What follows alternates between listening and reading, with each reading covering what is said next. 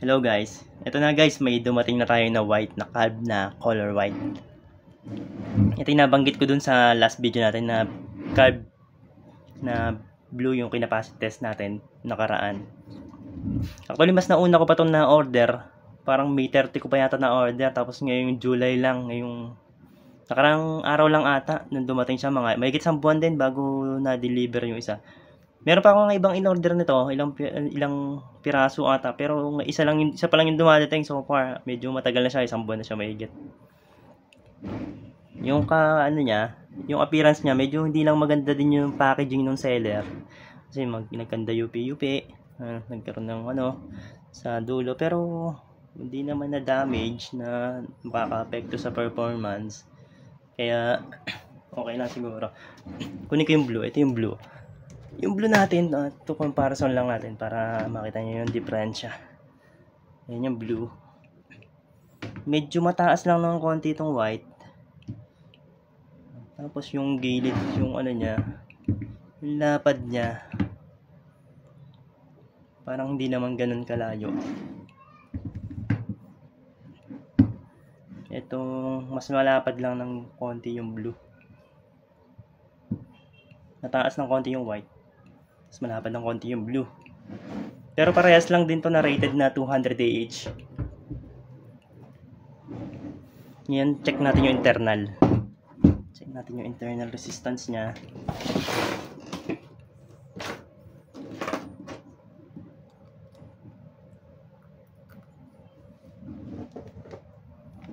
Oh, hindi yata na hindi na susukatan. Wait. Yan. Kita ba? Kita. Eto. Hop. Wait lang. Nagagalaw yung natin. Ayan. Ayan. 0.26 milliohms yung internal resistance niya. Then 3.3 yung initial charge niya pa. Pagdating dito sa akin sa battery. Okay guys, gagawin natin dito is ikaka-capacity test din natin to katulad nung ginawa natin dito sa blue. Na itatry ko din ulit na 5 beses. 5 beses natin magkakasunod ito na i-pull capacity test from 3.65 volts to down to 2.5 volts. 5 beses natin sa cycle. Tingnan natin yung kung kaparehas ba ng blue. Makukuha natin yung actual capacity test niya pa. Sa actual capacity test niya pa kung ilan pa yung remaining capacity nitong white. Tingnan natin kung aabot din siya ng 150. Sige guys, i-set up ko muna dito sa sa tester natin. Cut ko muna yung video. Balik na ako ulit. Okay guys, ito na yung settings natin na iset na natin ng kaparehas dati. 3.65 charge. And then i-50 na natin. 50 natin yung discharge. Tapos discharge, charge. Then 2.5 volts discharge, 50A din. 5 cycle tayo ha. Ang gawin natin. Okay, save na natin yan. Start na natin. Yan, charging na muna tayo. Charge muna natin guys.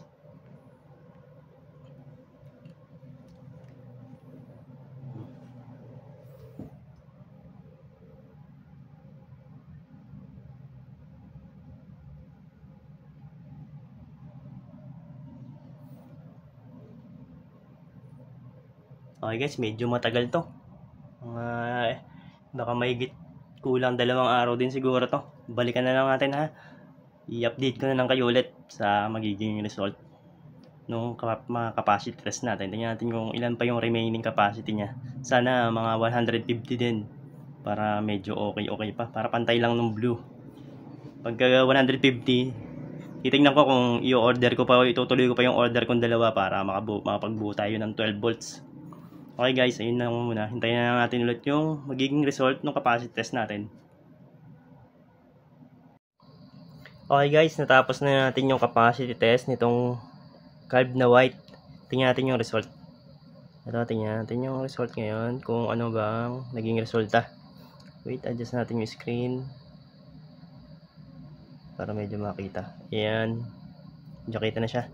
Okay guys, yung first test natin, per cycle natin is 150.67. Tingnan natin yung second. Yung second is 151.46. Yung third is 151.05. Yung fourth is 149.62. Then yung panghuli, yung panlima is 149.14. So far nasa 150 naman yung nakuha natin dito din sa sa white na calb, kagaya nung color blue nya. Tingin ko kaya ko pa siyang i-cycle ulit ng 5, gayahin natin katulad nung sa calb na sinampung cycle ko din ng full cycle siya. Tingnan natin kung 150 pa rin na. Share ko sa inyo yung magiging result. Okay guys, ito na, nakatapos na ulit tayo ng 5 full cycle dito sa calb na white na kinakapacity test natin. Ito yung unang naging result ulit natin. First test natin, ang discharge result niya is 152.41 AH. Then tingnan natin yung second. Yung second is 151.54 AH. Third, 151.6 AH. Then fourth, 151.39. Then last, pang-fifth is 150.97. Okay guys, so far parehas naman nga nung blue natin na calb yung nakukuha natin dito sa white. Parehas lang sila na 150 pa. 150 AH pa. Pero itong sa white, napansin ko lang parang medyo bloated to ng konti. Itong sa white na to. Itong napadala sa atin seller. Oh, wait, hindi pa natatanggal sa tester. Medyo bloated siya. Tingnan natin kung makikita din sa camera.